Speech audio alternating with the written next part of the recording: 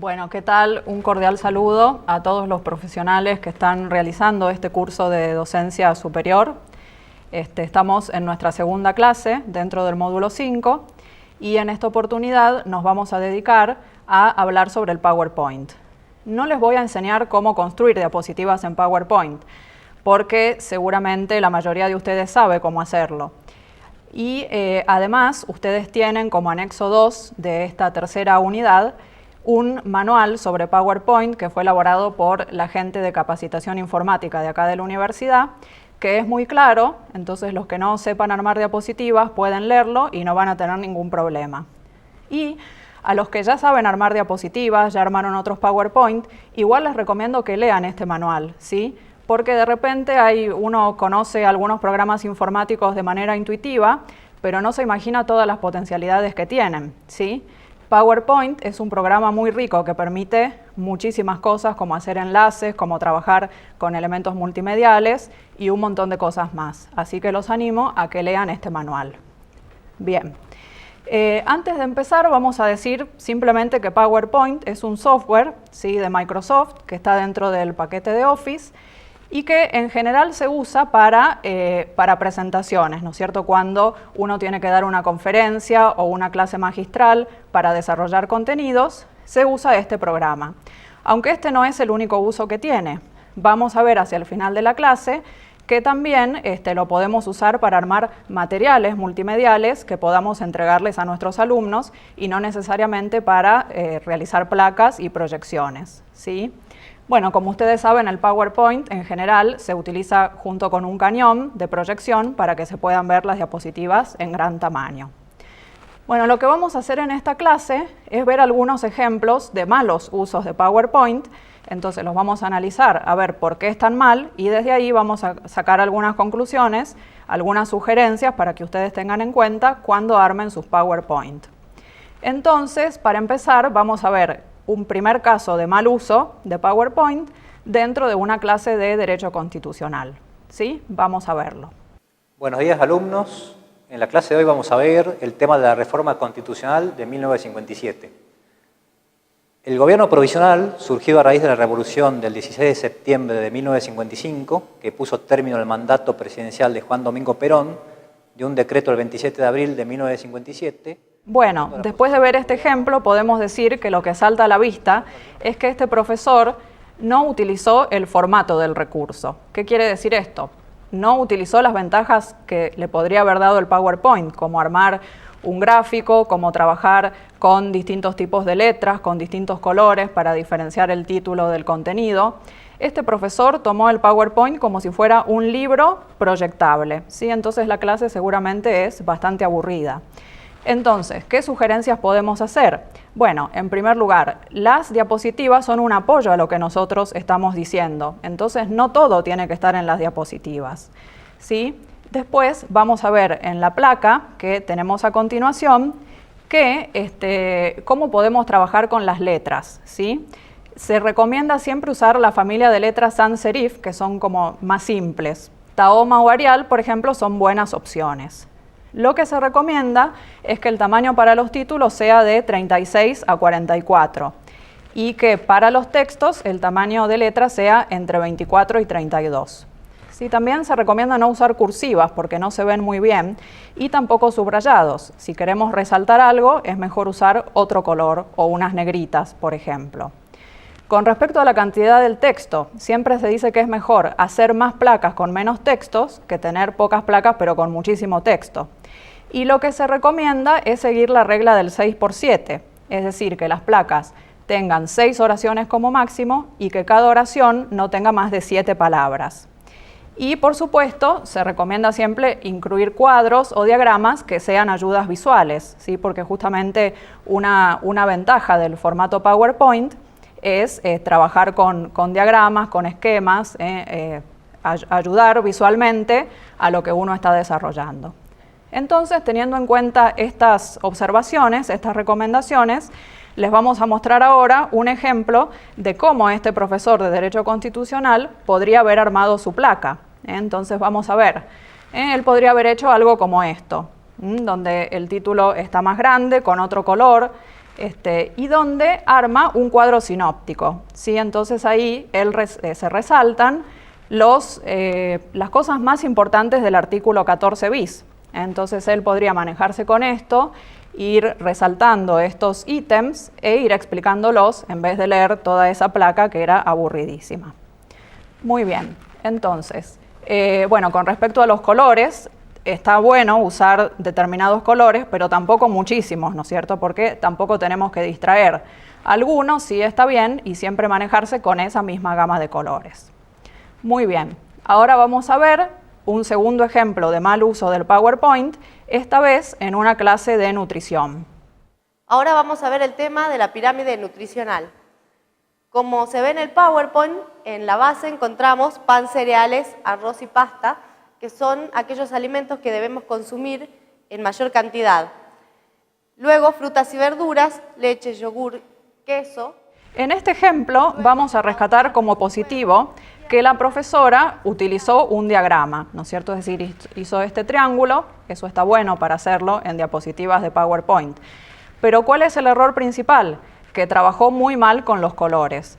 ¿Qué hizo ella? Usó una misma gama de colores. El fondo tiene exactamente la misma gama de colores que las letras. Entonces no se lee nada, porque nuestros ojos, cuando ven colores parecidos, tienden a tomarlo como un solo color. Entonces no es claro, es muy difícil de leer esta placa, ¿sí?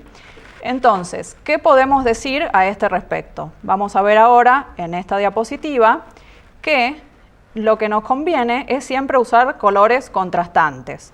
Es decir, si ponemos un fondo blanco, el texto que sea oscuro, y viceversa, si ponemos un fondo oscuro, que el texto sea claro. ¿Sí? Entonces, de esta manera vamos a lograr una legibilidad adecuada, las placas van a ser fáciles de leer.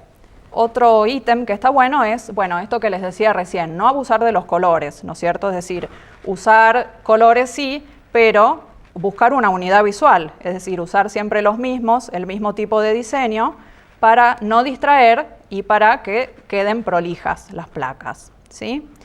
Entonces, tomando estas recomendaciones, vamos a ver cómo la profesora podría mejorar esta placa que armó, ¿sí? Y entonces aquí lo vemos. Ven el fondo azul y entonces trabajamos con un color de fondo más bien oscuro y entonces ponemos el dibujo claro. Dentro de ese dibujo, dentro del triángulo que es claro, ponemos letras oscuras. Y usamos una misma gama de colores para que quede prolijo y entonces seguramente este triángulo es mucho más fácil de leer así, se entiende todo claramente y no como en el caso anterior que no se entendía el texto. Entonces ahora vamos a ir a ver un tercer ejemplo de mal uso de PowerPoint, en este caso en una clase de geografía. Vamos a verlo. Muy bien, alumnos, entonces hoy vamos a hablar acerca de los países en América del Sur. Y en primer lugar vamos a hablar de la Argentina, que es nuestro país, ¿no es cierto? Muy bien, la Argentina es una república representativa y federal que está situada en América del Sur, como vemos en este mapa. Bueno, en este último ejemplo tenemos varias cosas a destacar que están mal hechas, pero hay una que está bien y que es el uso del puntero láser. Es mucho mejor esto que marcar con la mano de repente en la proyección, que también muchas veces se hace esto de marcar con la mano, mucho más prolijo queda con el puntero láser. Bueno, ¿qué otros errores vemos en este caso de recién? Primero, hay dos errores de ortografía en el título, ¿sí? La palabra países está con C y falta un acento en América. Esto parece muy obvio, pero es muy importante que lo tengan en cuenta, ¿sí? Siempre controlar que estén todas las palabras bien escritas, que no haya errores de sintaxis y por supuesto de ortografía tampoco. Otro error es que están mal utilizados los espacios, ¿sí? Ustedes vieron que el título se sale de la diapositiva, no se lee bien. Y el título está demasiado grande. Entonces, ¿qué pasa? Que el mapa, que es lo que tendría que tener mucha más importancia, quedó muy chiquito con respecto al título, ¿sí? Entonces, el título tendría que haber estado con letras más chicas y darle más importancia al mapa. Y bueno, otro error que salta a la vista es que esta profesora abusó de los efectos. Puso efectos de todo tipo y que no tienen que ver demasiado con lo que está desarrollando. ella habla de la Argentina y se ve Brasil dando vueltas, el nombre, ¿no es cierto? Esos efectos no tienen mucho sentido.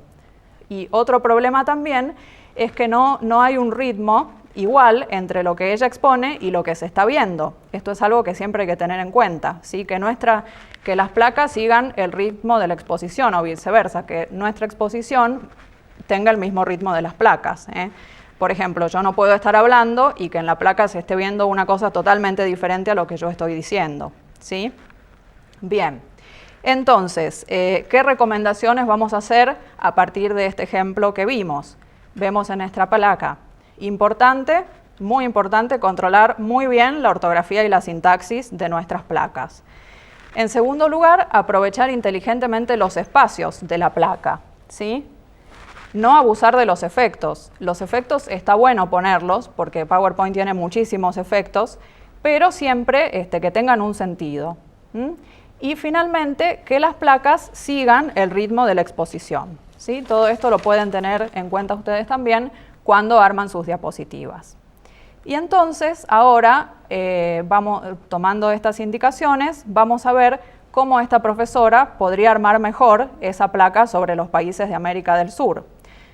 Primero, pone el título más chico, el mapa más grande, y entonces ven que aquí hay una pequeña animación, hay pequeños efectos, pero simplemente cuando van apareciendo los nombres, ¿sí? Otra buena idea es de repente poner como fondo de los nombres el mismo color del país del que estoy hablando.